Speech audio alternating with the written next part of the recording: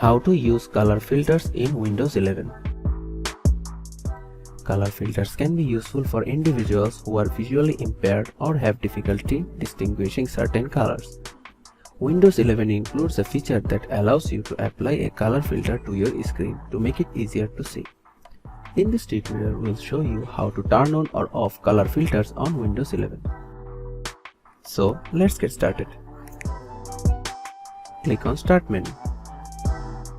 Then open the Settings app. Click on Accessibility from the left-hand menu. Next, click on Color Filters from the list of options. To turn on color filters, toggle the switch next to Color Filters to on. You can then choose a color filter from the list of options that appears.